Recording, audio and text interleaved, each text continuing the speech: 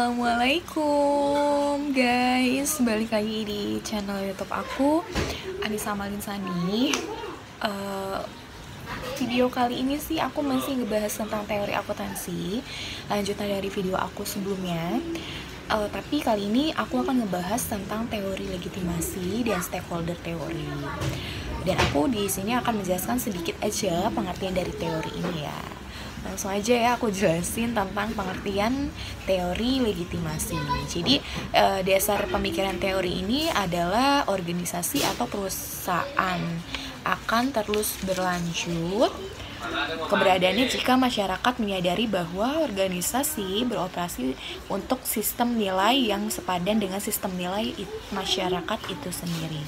Teori legitimasi menganjurkan perusahaan untuk meyakinkan bahwa perusahaan, aktivitas, dan kinerjanya dapat diterima oleh masyarakat.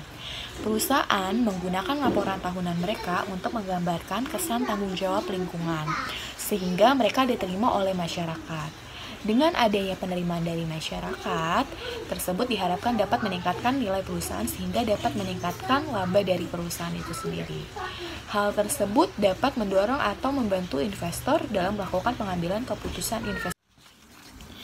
Salah satu variabel yang memiliki hubungan dengan legitimasi teori adalah variabel corporate social performance. Hubungan antara teori legitimasi dengan corporate social performance terletak pada pengungkapan sosial perusahaannya. Perusahaan mengungkapkan kinerja sosial perusahaan untuk mendapatkan legitimasi dari stakeholder. Ketika perusahaan mendapatkan legitimasi dari stakeholder, maka citra perusahaan akan meningkat sehingga economic performance-nya pun meningkat. Dengan ditandai dengan naiknya harga saham dikarenakan investor tertarik dengan untuk berinvestasi. Jadi itu pengertian dari legitimasi teori dan variabel yang digunakan oleh legitimasi teori. Selanjutnya aku akan ngejelasin tentang stakeholder teori. Lanjut aja ya, pengertian dari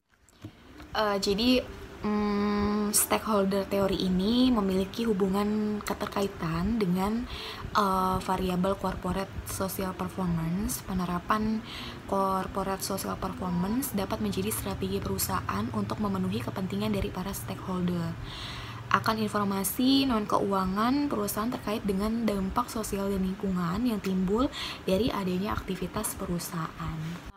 Semakin baik penerapan corporate social performance oleh perusahaan akan membuat stakeholder memberikan dukungan penuh kepada perusahaan atas segala aktivitasnya yang bertujuan untuk meningkatkan kinerja dan mencapai laba yang diharapkan dan juga meningkatkan kesejahteraan bagi karyawan, pelanggan, masyarakat, dan sehingga diharapkan terjalin hubungan yang baik antara perusahaan dengan lingkungan sekitar. Selain itu, stakeholder juga memiliki keterkaitan dengan variabel knowledge management. Pengelolaan sumber daya perusahaan juga dianggap perlu untuk meningkatkan efisiensi dan efektivitas perusahaan itu sendiri. Salah satunya pengetahuan yang kini dipandang sebagai sumber daya strategis utama untuk kelangsungan hidup perusahaan. Nah, biasanya penerapan knowledge management atau manajemen pengetahuan ini merupakan salah satu cara perusahaan untuk menghadapi persaingan dan tuntutan yang semakin tinggi. Pengetahuan merupakan aset yang harus dimanfaatkan oleh perusahaan guna mencapai kepentingan perusahaan dan para stakeholdernya itu sendiri.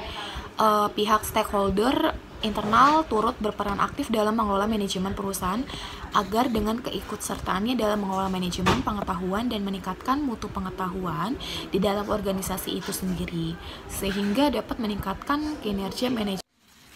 Dengan meningkatnya kinerja manajemen akan mempengaruhi stakeholder eksternal baik sehingga stakeholder eksternal yakin bahwa perusahaan tersebut bisa bersaing secara dalam era globalisasi ini serta dapat tercapainya tujuan dari perusahaan. Oke guys, itu penjelasan aku tentang materi tentang teori akuntansi, yaitu legitimasi teori dan stakeholder teori. Dan apa aja sih variabel yang berhubungan dengan teori-teori tersebut. Mohon maaf apabila ada salah kata dan pada dasarnya sih aku juga masih belajar di sini tentang teori akuntansi tersebut. Kalau kalian berkenan bisa like, aku nggak maksa untuk subscribe. Terima kasih sudah menonton. Sampai jumpa di next video selanjutnya ya. Wassalamualaikum warahmatullahi wabarakatuh.